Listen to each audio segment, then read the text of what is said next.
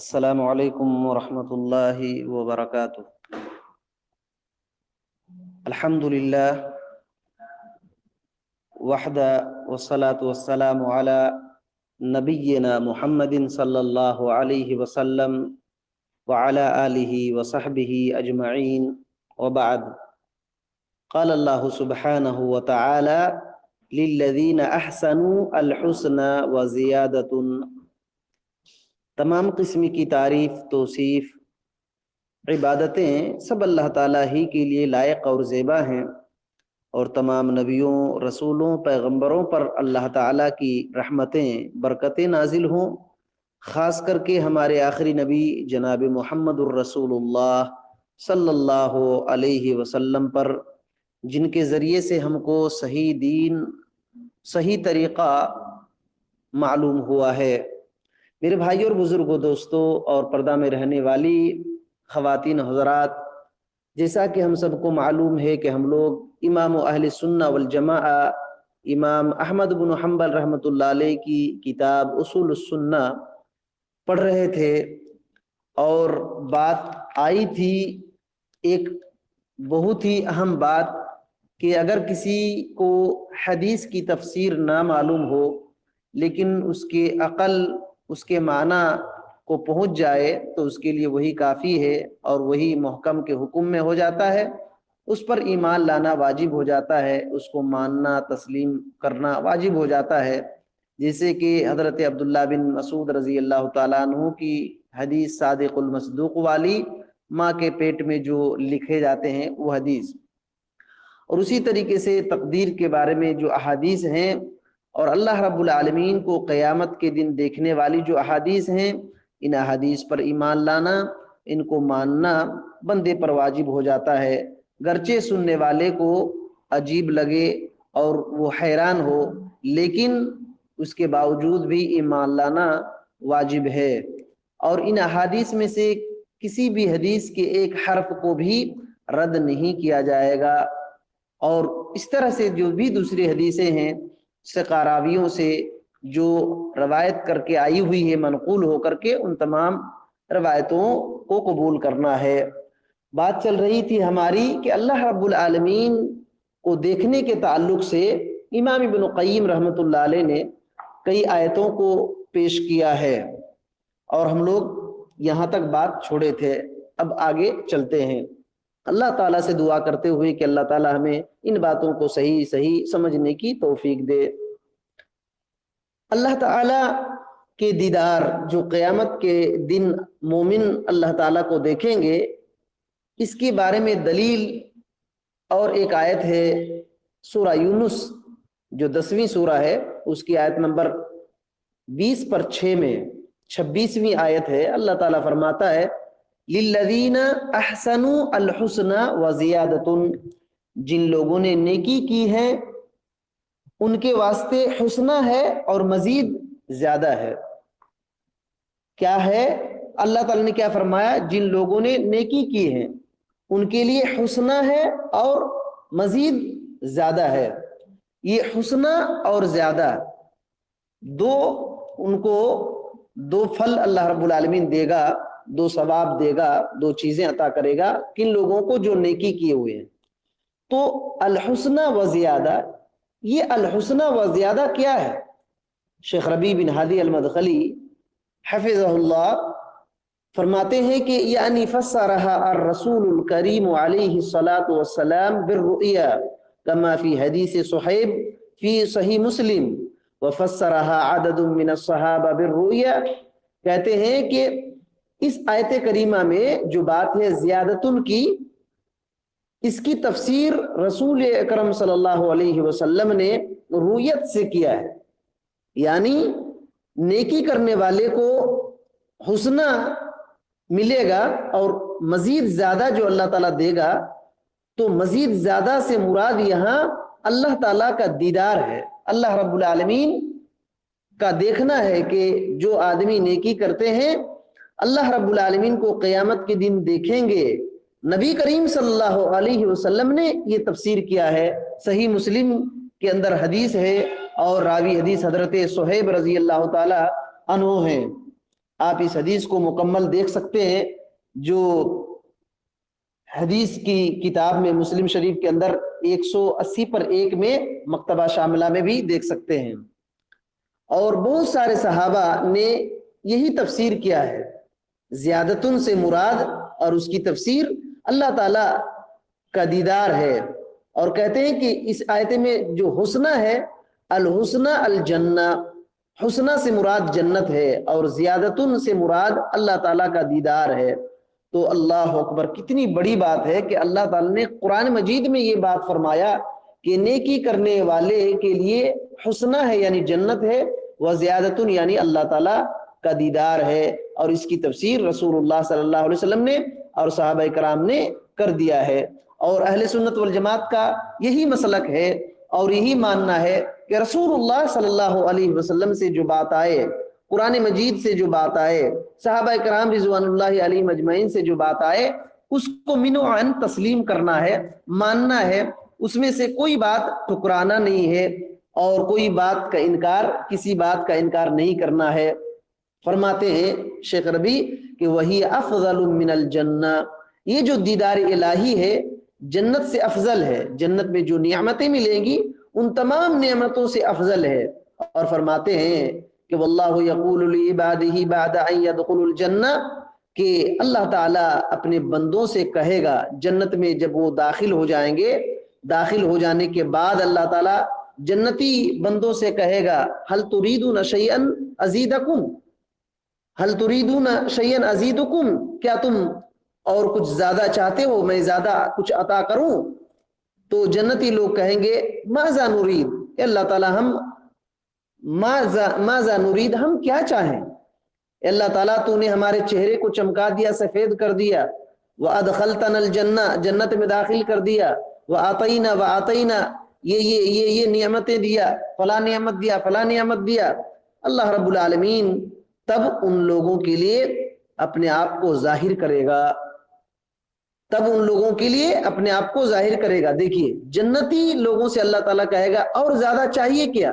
جنت میں داخل ہونے کے بعد تو جنتی لوگ سوچیں گے اور ہم لوگوں کو کیا چاہیے، جنت تو مل گئی، اب یہ فلاں نعمت مل گئی، یہ نعمت مل گئی، چہرہ اللہ تعالیٰ چمکا دیا۔ تب اللہ رب العالمین اپنے آپ کو ان لوگوں کے لیے ظاہر کرے گا۔ تو یہ جب نظارہ کریں گے، دیکھیں گے جنتی لوگ اللہ رب العالمین کو، تو ان کے پاس جتنی بھی جنت میں نعمتیں ہوں گی تمام نعمتوں سے افضل یہی دیدار الہی کی نعمت ہوگی۔ تمام نعمتیں جو جنت میں ان کو ملی ہیں تمام نعمتوں سے افضل یہی نعمت ہوگی۔ فرماتے ہیں وَلَا يَجِدُونَ أَفْضَلَ مِنْ رُؤْيَةِ اللَّهِ تَبَارَكَ وَتَعَالَى، جنت میں رؤیت الہی، اللہ رب العالمین کو دیکھنے سے افضل اور کوئی نعمت یہ نہیں پائیں گے جنت میں۔ سبحان اللہ، اللہ تعالی ہم سب کو اپنا دیدار نصیب فرمائے، یہ سب سے بڑی نعمت ہوگی جنتی لوگوں کے لیے۔ تو اب غور کریں کہ یہ اہل سنت والجماعت کا عقیدہ ہے، اللہ رب العالمین کا دیدار حدیث میں آیا ہوا ہے، ہم اس کو مانتے ہیں، اس میں شک شبہ نہیں کرتے اور اس کا انکار نہیں کرتے۔ شیخ ربی بن ہادی المدخلی حفظہ اللہ فرماتے ہیں کہ رؤیت کی احادیث تقریباً 30 تک پہنچتی ہے، جن احادیث میں اللہ تعالیٰ کا دیدار کا ذکر ہے وہ 30 تک پہنچتی ہیں، اور انہی میں سے حضرت جریر اور حضرت ابو ہریرہ رضی اللہ تعالی عنہما کی حدیث ہے، اور کئی احادیث بخاری شریف میں ہیں۔ اللہ کے نبی صلی اللہ علیہ وسلم نے فرمایا ترون ربکم عیانا کما ترون الشمس لیس دونہا سحاب، کہتے ہیں کہ تم لوگ اپنی آنکھوں سے اللہ رب العالمین اپنے رب کو دیکھو گے جس طریقے سے تم سورج کو دیکھتے ہو بغیر بدلی کے، جب بادل نہیں رہتا سورج بالکل واضح ہوتا ہے تو ہم آنکھوں سے دیکھتے ہیں، اللہ رب العالمین کو بھی اسی طریقے سے تم دیکھو گے۔ وَكَمَا تَرَوْنَ الْقَمَرَ لَيْلَةَ الْبَدْرِ لَيْسَ دُونَهُ سَحَاب، کہتے ہیں کہ جس طریقے سے تم 14 تاریخ کی چاند کو، لیلۃ البدر جو مکمل چاند ہوتا ہے، 14-15 تاریخ کی چاند مکمل ہوتا ہے، پہلے تاریخ دوسری تاریخ میں چاند بالکل پتلا ہوتا ہے، اور آہستہ آہستہ بڑھتے بڑھتے بڑھتے بڑھتے 14 تاریخ کو جب آتا ہے 14-15 تاریخ تو وہ مکمل گول ہوتا ہے، اور اس کے بعد پھر جیسے جیسے 17-18 اس طریقے سے بڑھتے جاتا ہے، گھٹتے گھٹتے گھٹتے گھٹتے وہ پھر چھپ جاتا ہے۔ تو اللہ کے نبی صلی اللہ علیہ وسلم نے فرمایا کہ لیلۃ البدر 14ویں تاریخ کی چاند کی طرح تم اپنے رب کو دیکھو گے، جس طریقے سے بغیر بدلی کے لیلۃ البدر کی جو چاند دیکھتے ہو۔ تو اس طریقے سے کئی احادیث امام بخاری رحمۃ اللہ علیہ نے اپنی صحیح کے اندر اور امام مسلم رحمۃ اللہ علیہ نے اپنی صحیح کے اندر رؤیت کی، اللہ تعالیٰ کی دیدار کی احادیث کو انہوں نے ذکر فرمایا ہے۔ تو حدیث میں بھی اس کا ذکر مل گیا، قرآن مجید میں بھی ذکر مل گیا، صحابہ کرام کی تفسیر بھی ہم کو مل گئی۔ اب کوئی شک شبہ کی بات نہیں، قرآن حدیث صحابہ کرام کی سمجھ یہی طریقہ ہے، یہی منہج ہے، ہمیں اس پر ایمان رکھنا ہے۔ امام احمد بن حنبل رحمۃ اللہ علیہ نے کیا فرمایا تھا کہ ان احادیث پر ایمان لانا ہے، اس کی تصدیق کرنا ہے، تسلیم کرنا ہے، گرچہ سننے میں عجیب لگے اور سننے والے کو حیرانی ہو۔ تو اس کی وضاحت فرماتے ہوئے شیخ ربیع بن ہادی المدخلی حفظہ اللہ فرماتے ہیں کہ کون حیران ہوگا ان حدیث کو سن کر کے؟ کہتے ہیں کہ اہل باطل بدعتی لوگ ان احادیث کو جب سنتے ہیں تو ان کو حیرانی ہوتی ہے، وہ پریشانی ہوتی ہے، شک شبہ ہوتے ہیں، اور اس طریقے سے اہل باطل جب سنتے ہیں ان احادیث کو، ان تفسیر کو، تو ان کو حیرانی اور پریشانی ہوتی ہے۔ لیکن اہل حق کیا کرتے ہیں؟ اما اہل الحق فیتلقونها، اہل حق ان کو قبول کرتے ہیں۔ کیسے؟ بالکل خوشی دل سے، شرح صدر کے ساتھ ان کو قبول کرتے ہیں اہل حق۔ اور امام احمد بن حنبل رحمۃ اللہ علیہ نے کیا فرمایا تھا کہ انما علیہ الایمان بہا، کہ ان احادیث پر ایمان رکھنا ضروری ہے۔ جب فتنے ظاہر ہوئے اور اللہ رب العالمین کی رؤیت کا انکار ہو، لوگ شک شبے میں پڑ جائیں، تو ایسی حالت میں ہمارے اوپر، بندے کے اوپر ضروری ہے کہ رسول اللہ صلی اللہ علیہ وسلم کی احادیث میں جو بات آ گئی ہے ان پر ایمان رکھیں، گرچہ دوسرے لوگ فتنے کے وقت میں انکار کر دے، شک شبے میں پڑ جائے، لیکن ہمارے لیے واجب ہے کہ ہم ان پر ایمان لائیں اور تسلیم کر لیں۔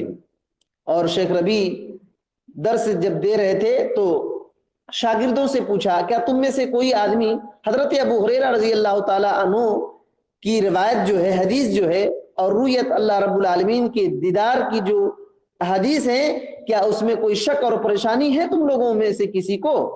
تو کہا کہ کسی کو نہیں۔ تو کہتے ہیں کہ سننے میں کوئی پریشانی ہو رہی ہے؟ کہتے ہیں کہ اہل باطل کو حیرانی اور پریشانی ہوتی ہے، اہل باطل کو حیرانی اور پریشانی ہوتی ہے۔ امام احمد بن حنبل رحمۃ اللہ علیہ نے کیا فرمایا تھا کہ ان احادیث کے کسی ایک حرف کو بھی رد نہیں کیا جائے گا۔ کیوں رد نہیں کیا جائے گا؟ شیخ ربیع بن ہادی المدخلی حفظہ اللہ، اللہ تعالیٰ ان کا سایہ ہمارے اوپر تا دیر سے رکھے اور ان کے علم سے ہمیں فائدہ اٹھانے کی توفیق بخشے، فرماتے ہیں کہ امام احمد بن حنبل رحمۃ اللہ علیہ نے فرمایا کہ ان احادیث میں سے ایک حرف کو بھی رد نہیں کیا جائے گا۔ کیا مطلب ہے؟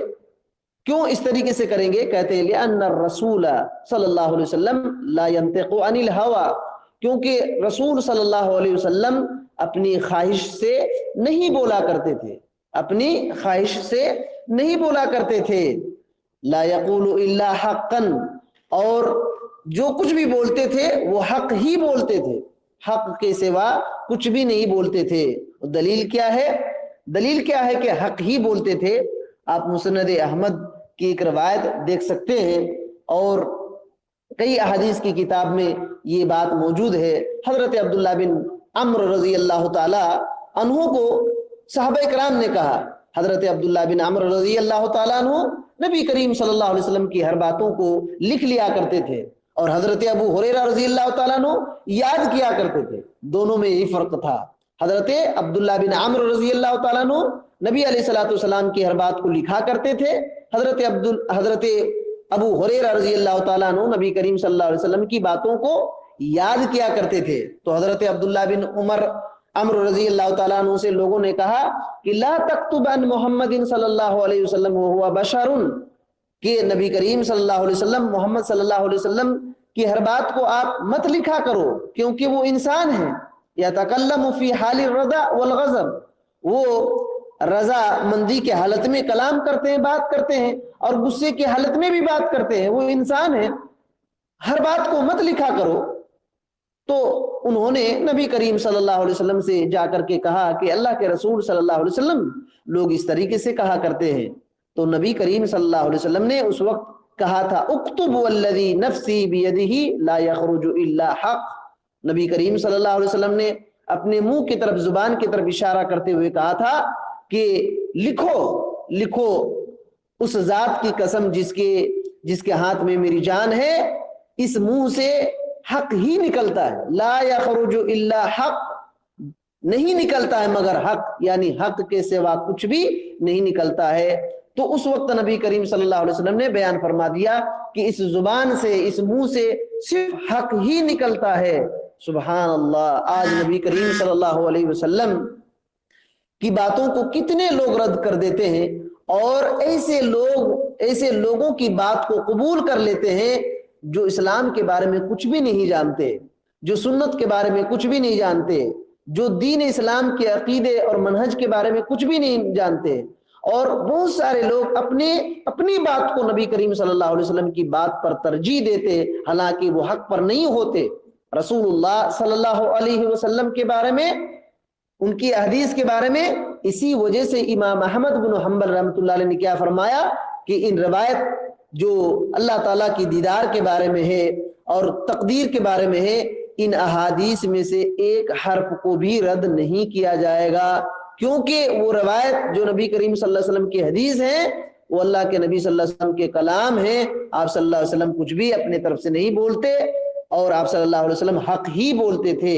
یہی بات اللہ تعالیٰ نے سورہ النجم کے اندر 3 اور 4 آیت میں فرمایا ہے، وما ينطق عن الهوى ان هو الا وحی یوحى، کہ رسول صلی اللہ علیہ وسلم نہیں بولتے اپنے خواہش سے، جو کچھ بھی بولتے ہیں وہ وحی الہی ہی کے ذریعے سے بولتے ہیں. وحی الہی اللہ رب العالمین کی وحی ہوتی ہے، تب آپ صلی اللہ علیہ وسلم بولا کرتے تھے. تو اس طریقے سے جب حدیث میں کوئی بات آ جائے تو ہمیں تسلیم کرنا ہے، ہمیں تسلیم کرنا ہے. آگے ایک اصول اور ہم لوگ پڑھتے ہیں. اتنی بات امام احمد بن حنبل رحمۃ اللہ علیہ کی، اب یہاں سے اور شیخ ربیع بن ہادی المدخلی حفظہ اللہ کی جو وضاحتی باتیں تھی یہاں سے ختم ہوئی. اب آگے اور ایک اصول کی طرف جاتے ہیں. شیخ ربیع بن ہادی المدخلی حفظہ اللہ نے ہیڈنگ جو ہے، عنوان باندھا ہے ترک الجدال والخصومات فی الدین، دین کے اندر جدال، جھگڑے کو چھوڑ دینا. دین کے اندر، دین میں جدال، جھگڑے، مناظرے، یہ سب کو چھوڑ دینا، یہ ایک اصول ہے اہل سنت والجماعت کا، ایک اصول ہے، بہت اہم اصول ہے. اس میں پھنس کر کے بہت سارے لوگ گمراہ بھی ہو گئے. کیا اصول ہے؟ امام احمد بن حنبل رحمۃ اللہ علیہ فرماتے ہیں کہ وَأَن لَا يُخَاصِمَ أَحَدًا وَلَا يُنَازِرَهُ وَلَا يَتَعَلَّمَ الْجِدَالَ فَإِنَّ الْكَلَامَ فِي الْقَدَرِ وَالرُّؤْيَةِ وَالْقُرْآنِ وَغَيْرِهَا مِنَ السُّنَنِ مَكْرُوهٌ وَمَنْهِيٌّ عَنْهُ لَا يَكُونُ صَاحِبُهُ وَإِنْ أَصَابَ بِكَلَامِهِ السُّنَّةَ من اہل السنہ حتی یدع الجدال ویسلم ویؤمن بالآثار. اللہ اکبر، سبحان اللہ. کتنی عظیم بات ہے اور کتنا اہم اصول ہے. اب غور سے سنیں. اس سے پہلے انہوں نے کیا بیان فرمایا تھا کہ لازمی سنتوں میں سے یہ بات ہے. تو لازمی سنتوں میں سے ایک بات یہ بھی ہے ان لا یخاصم احدا، کہ کوئی بھی بندہ کسی سے مخاصمت نہ کرے، جھگڑا نہ کرے. ولا ینازرہ، اور نہ کسی سے مناظرہ کرے، کسی سے جھگڑا نہ کرے، کسی سے مناظرہ نہ کرے. ولا یتعلم الجدال، تیسرا اہم نقطہ کیا ہے؟ اور نہ ہی جدال کرنا سیکھے، مناظرہ کرنا، یہ جو جھگڑے کرنا، یہ سیکھے بھی نہ. یہ بہت کتنا اصل اصل ہے، کہتے ہیں کہ کسی سے جھگڑا نہ کرے، مناظرہ نہ کرے، اور جدال کرنے کی تعلیم بھی نہ حاصل کرے۔ فَإِنَّ الْكَلَامَ فِي الْقَدَرِ، تقدیر کے بارے میں، کیونکہ تقدیر کے بارے میں کلام کرنا، اور رؤیت کے بارے میں، اللہ تعالیٰ کی دیدار جو قیامت کے دن ہوگا اس کے بارے میں کلام کرنا، اور قرآن مجید کے بارے میں کلام کرنا، اور اس کے علاوہ جو عقید سنت کی باتیں ہیں اس پر کلام کرنا مکروہ ہے، ومنہی عنہ، اور یہ ممنوع ہے، منع کیا گیا ہے، یہ منع کیے گئے طریقوں میں سے ہے۔ کیا؟ کسی سے جھگڑا کرنا، کسی سے مناظرہ کرنا، اور جدال جھگڑا کی تعلیم حاصل کرنا، تقدیر کے بارے میں کلام کرنا، اور رؤیت کے بارے میں کلام کرنا، قرآن مجید کے بارے میں کلام کرنا، اور اسی طریقے سے ان کے علاوہ جو سنتیں ہیں اس کتاب میں آئیں گی ان کے بارے میں کلام کرنا، جھگڑنا، یہ منع کیا گیا ہے ان سب باتوں سے۔ اچھا، کوئی اگر ایسا کرے گا تو کیا ہوگا؟ آگے فرماتے ہیں لا یکون صاحبہ من اہل السنہ، ایسا کرنے والا آدمی اہل سنت والجماعت میں سے نہیں ہوگا، ایسا کرنے والا آدمی اہل سنت والجماعت میں سے نہیں ہوگا۔ کون سا آدمی؟ جو تقدیر کے بارے میں بحث و مباحثہ کرتا ہے، اللہ تعالیٰ کو دیکھنے کے بارے میں، جو قیامت کے دن دیکھیں گے اس کے بارے میں بحث و مباحثہ کرتا ہے، قرآن مجید کے بارے میں بحث و مباحثہ کرتا ہے، اور اس کے علاوہ دوسری سنت اور عقیدے کے بارے میں بحث و مباحثہ کرتا ہے، ایسا آدمی اہل سنت والجماعت میں سے نہیں ہے۔ یہاں امام احمد بن حنبل رحمۃ اللہ علیہ نے کتنی بڑی بات کہی ہے کہ وَإِنْ أَصَابَ بِكَلَامِهِ السُّنَّةِ، گرچہ وہ اپنے کلام کے ذریعے سے سنت کو پالے، وہ اپنے کلام کے ذریعے سے، اس بات کو سمجھیے، اگرچہ وہ اپنے کلام کے ذریعے سے سنت کو پالے لیکن پھر بھی وہ اہل سنت والجماعت میں سے نہیں ہوگا۔ کب اہل سنت والجماعت میں سے ہوگا؟ حتی یدع الجدال، یہاں تک کہ جدال اور جھگڑے کو چھوڑ دے۔ جب تک کہ دین میں جھگڑے جدال کو چھوڑ نہیں دیتا وہ اہل سنت والجماعت میں سے نہیں ہوگا۔ وَيُسَلِّمَ، اور جب تک کہ تسلیم نہیں کر لے ان روایتوں کو، عقیدے کی باتوں کو اور تقدیر کی باتوں کو، قرآن مجید کی باتوں کو اگر تسلیم جب تک نہ کرے تب تک اہل سنت والجماعت میں سے نہیں ہوگا۔ وَيُؤْمِنَ بِالْآثَارِ، اور آثار پر جب ایمان لائے تب وہ اہل سنت والجماعت میں سے ہوگا۔ یہاں آپ لوگوں کو ایک نقطہ ہو سکتا ہے کہ نہیں سمجھ میں آیا ہوگا۔ کون سا نقطہ؟ کہ اگر کلام کرنے والا سنت کو اپنے کلام کے ذریعے سے پالے، اس بات کو سمجھیے، خلاصہ میں کر رہا ہوں سمجھانے کے لیے۔ اصول کیا ہے ہمارا اہل سنت والجماعت کا؟ کہ جب حدیث آ جائے، دلیل آ جائے تو ان کو ماننا، تسلیم کرنا، ان کو ماننا، تسلیم کرنا اور تصدیق کرنا، سچ سمجھنا۔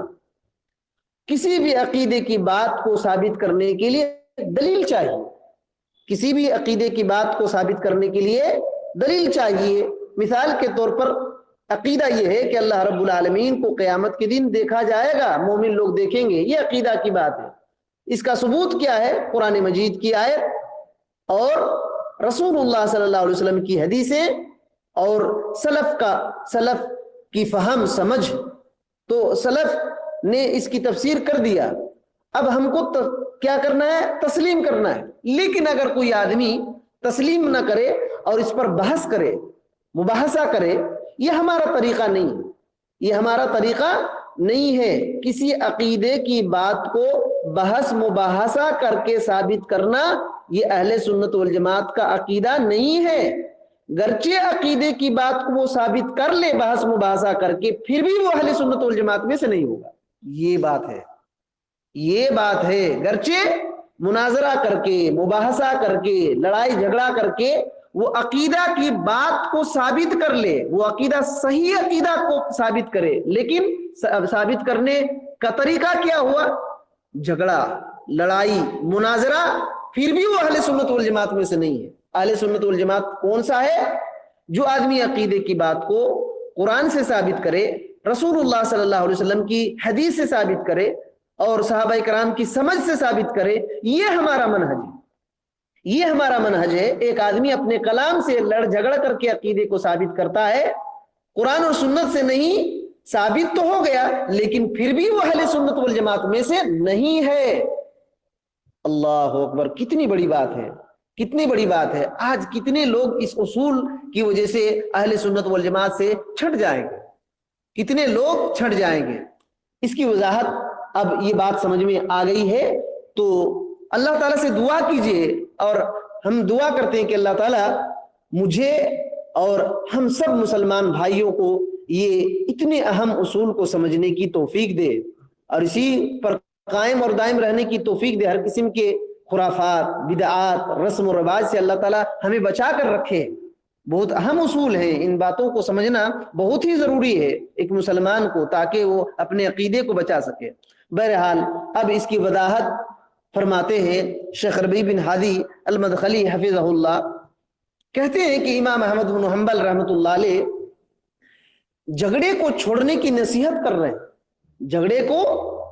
جھگڑے کو چھوڑنے کی نصیحت کرتے ہوئے انہوں نے یہ کہا ہے کہ تقدیر کے بارے میں کلام کرنا, اللہ تعالیٰ کی دیدار کے بارے میں کلام کرنا, قرآن مجید کے بارے میں کلام کرنا اور دوسری سنتوں کے بارے میں کلام کرنا یہ منع ہے, مکروہ ہے.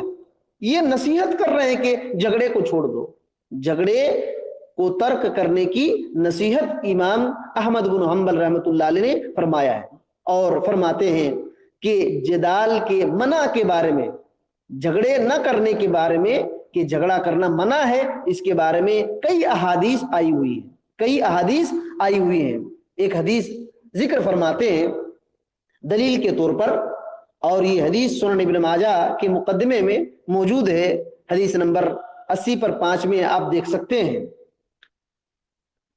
شیخ ربیع بن ہادی المدخلی حفظہ اللہ ذکر فرماتے ہیں کہ رسول اکرم صلی اللہ علیہ وسلم نکلے, اور کچھ لوگ تقدیر کے بارے میں بحث مباحثہ کر رہے تھے, مناظرہ کر رہے تھے. رسول اللہ صلی اللہ علیہ وسلم نکلے اور کچھ لوگ تقدیر کے بارے میں بحث مباحثہ کر رہے تھے. آپ صلی اللہ علیہ وسلم بڑا غضبناک ہو گئے, غصہ میں آ گئے, یہاں تک کہ گویا کہ ایسے آپ غصہ ہوئے کہ آپ کے ایسا لگتا تھا کہ آپ کے چہرے پر انار کے دانے نچوڑ دیے گئے ہیں. آپ کا چہرہ اتنا سرخ ہو گیا, اتنا سرخ ہو گیا. ثم قال, پھر نبی کریم صلی اللہ علیہ وسلم نے فرمایا, اتريدون ان تضربوا كتاب الله ببعضه ببعض, کتاب اللہ بعضه ببعض.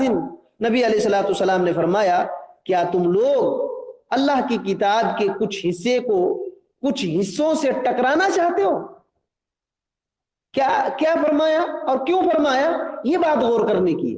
آپ صلی اللہ علیہ وسلم نکلے تو کچھ لوگ تقدیر کے بارے میں بحث مباحثہ کر رہے تھے. اللہ کے نبی صلی اللہ علیہ وسلم نے کیا سن کر کے کتنا غضبناک ہو گئے کہ لگتا تھا کہ چہرے پر انار کے دانے نچوڑ دیے گئے ہیں. اور کیا فرمایا, تقدیر کے بارے میں بحث ہو رہی ہے, اور آپ کیا فرما رہے ہیں کہ کیا تم لوگ کتاب اللہ کے کچھ حصے کو کچھ حصوں سے ٹکرانا چاہتے ہو. بحث کیا ہو رہی ہے اور آپ صلی اللہ علیہ وسلم کیا کہہ رہے ہیں. گویا کہ جو آدمی تقدیر کے بارے میں بحث مباحثہ کر رہا ہے وہ قرآن کے کچھ آیتوں کو کچھ آیتوں سے ٹکرا رہا ہے, ایک آیت سے دوسری آیت کو رد کر رہا ہے, دوسری آیت سے تیسری آیت کو رد کر رہا ہے. ایسا نہیں ہونا چاہیے. اسی وجہ سے ایک بات یاد رکھیں, جو آدمی تقدیر کے مرتبے کو نہیں سمجھے گا, جو 4 مرتبے ہیں تقدیر کے, 4 مرتبے ہیں جو اس سے پہلے ذکر کر دیے گئے ہیں, ان مرتبوں کو جو آدمی نہیں سمجھے گا, قرآن مجید میں جو تقدیر کے بارے میں بحث آئی ہوئی ہے ان کو ایک آیت سے دوسری آیتوں کو انکار کر دے گا. اسی وجہ سے 4 مرتبے علماء نے ذکر فرمائے. تو شیخ فرماتے ہیں انکرا انکارا شدیدا, اللہ کے نبی صلی اللہ علیہ وسلم نے بہت سخت انکار کیا, بہت سخت انکار کیا. هذا يدل ان النهي عن الجدال في القدر وفي غيره من العقائد. آپ صلی اللہ علیہ وسلم نے جو سختی کے ساتھ انکار کیا اور روکا اور اتنی بڑی بات کہہ دی کہ کیا تم لوگ اللہ کی کتاب کے کچھ حصے کو کچھ حصوں سے ٹکرانا چاہتے ہو, یہ بات اس بات پر دلالت کرتی ہے, یعنی اس بات کی دلیل ہے کہ تقدیر کے بارے میں جھگڑنا منع ہے, اور اسی طریقے سے دوسرے اور عقیدے کے بارے میں, عقیدے کی باتوں میں جھگڑنا منع ہے. نہیں جھگڑنا چاہیے۔ اچھا، امام احمد بن حنبل رحمۃ اللہ علیہ نے کیا فرمایا؟ اگر کوئی ایسا کرے تو وہ اہل سنت والجماعت میں سے نہیں ہوگا، وہ اہل سنت والجماعت میں سے نہیں ہوگا۔ شیخ ربیع بن ہادی المدخلی فرماتے ہیں کہ فالامام احمد متشدد فی الجدال، کہ امام احمد بن حنبل رحمۃ اللہ علیہ جھگڑے کے بارے میں متشدد ہیں، بہت سخت ہیں، بہت سخت ہیں کہ دین کے معاملے میں جھگڑا نہیں کیا جائے گا۔ اسی وجہ سے انہوں نے اتنی بڑی بات کہی کہ جو اس طریقے سے باتوں میں کوئی جدال کرتا ہے، ایسا کرتا ہے، تو وہ اہل سنت والجماعت میں سے نہیں ہے۔ اور شیخ فرماتے ہیں، شیخ ربیع فرماتے ہیں کہ جو آدمی یہ کہتا ہے کہ سنت تک تبھی پہنچیں گے جب جدال کریں گے، یعنی جدال مناظرہ ہی کے ذریعے سے سنت تک پہنچنا ممکن ہے، فہذا یقول غلط، تو کہتے ہیں کہ وہ آدمی غلط کہہ رہا ہے، وہ آدمی غلط کہہ رہا ہے۔ جو آدمی یہ سمجھے کہ مناظرہ کر کے، جھگڑے لڑائی کر کے، بحث مباحثہ کر کے ہی کسی عقیدے تک، کسی سنت کی بات تک پہنچیں گے، تو یہ غلط کہہ رہا ہے، کیونکہ ہمارا طریقہ اور ہمارا منہج کیا ہے؟ القبول والتسلیم والتصدیق، یہ ہمارا منہج ہے۔ قرآن مجید کی بات آ گئی، سنت رسول صلی اللہ علیہ وسلم کی کوئی حدیث آ گئی، صحابہ کرام رضوان اللہ علیہم اجمعین کی تفسیر آ گئی، تو ہمیں قبول کرنا ہے، تسلیم کرنا ہے، سچ سمجھنا ہے، جھگڑے لڑائی وہاں کرنے کی ضرورت نہیں ہے۔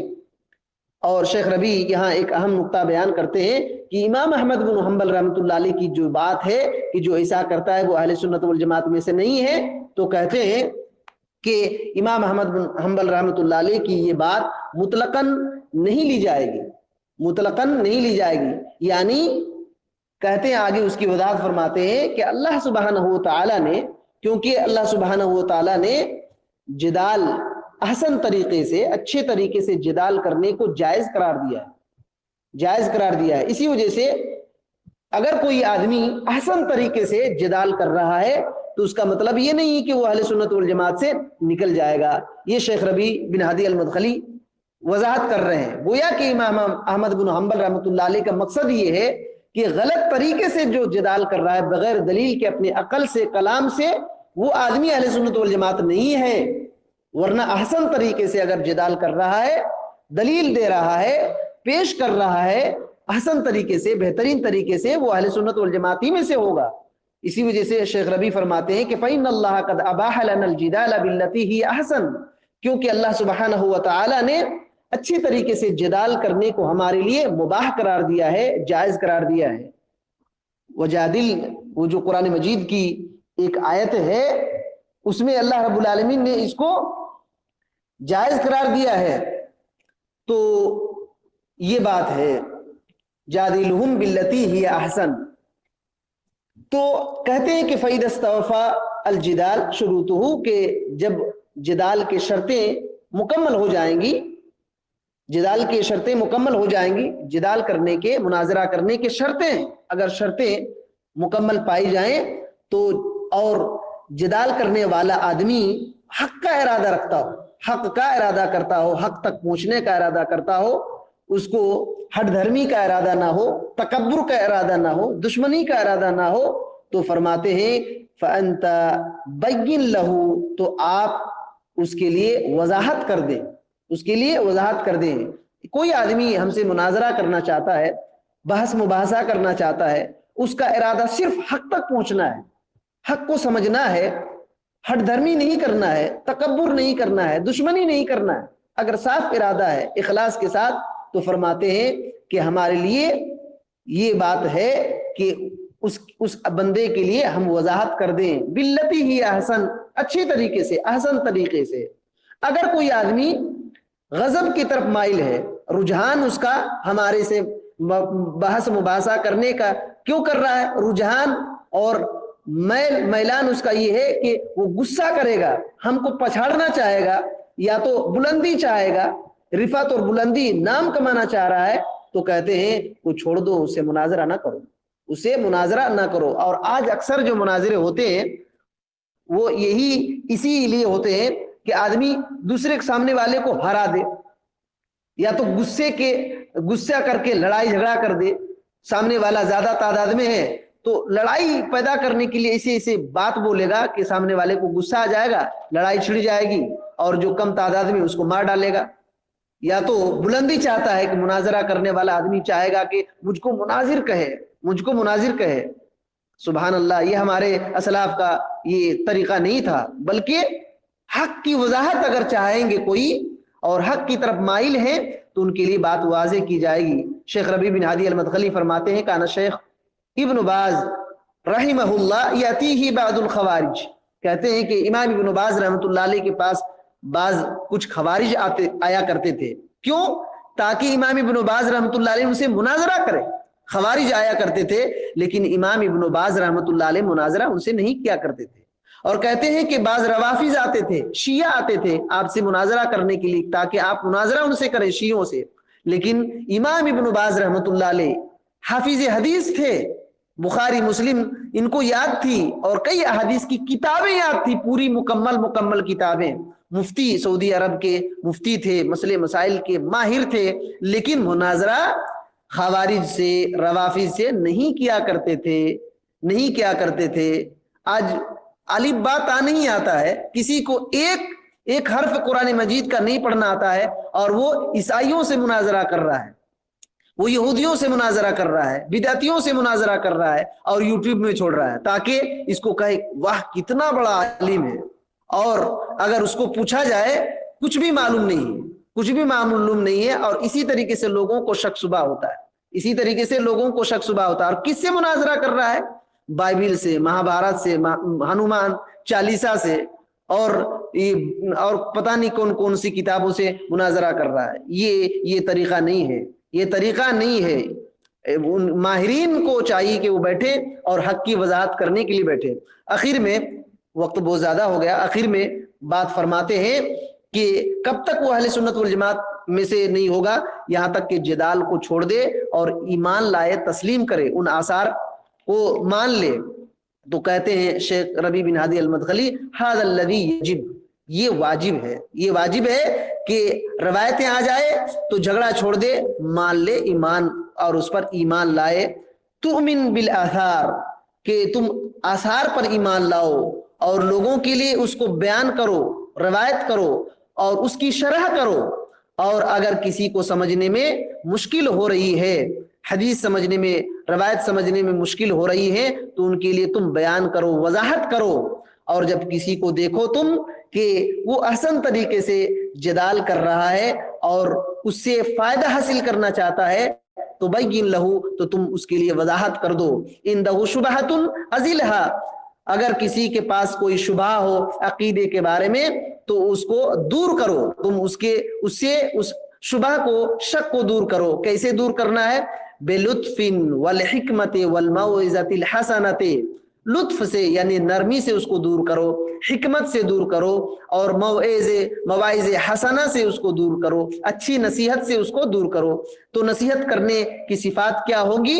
نرمی سے دور کرنا ہے اس کے شک شبہات کو، حکمت سے دور کرنا ہے اور بہترین نصیحت سے دور کرنا ہے.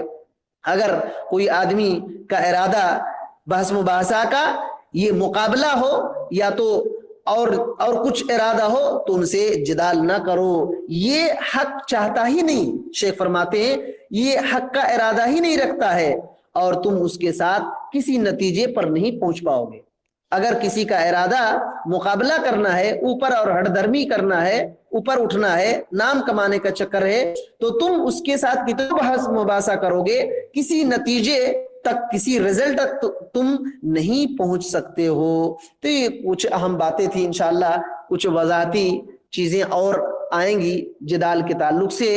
اللہ تعالیٰ سے دعا کرتے ہیں کہ اللہ تعالیٰ ہمیں جو بھی قرآن و سنت سے عقائد معلوم ہوتے ہیں اس کو منعاً ماننے، تسلیم کرنے، ایمان لانے کی توفیق دے.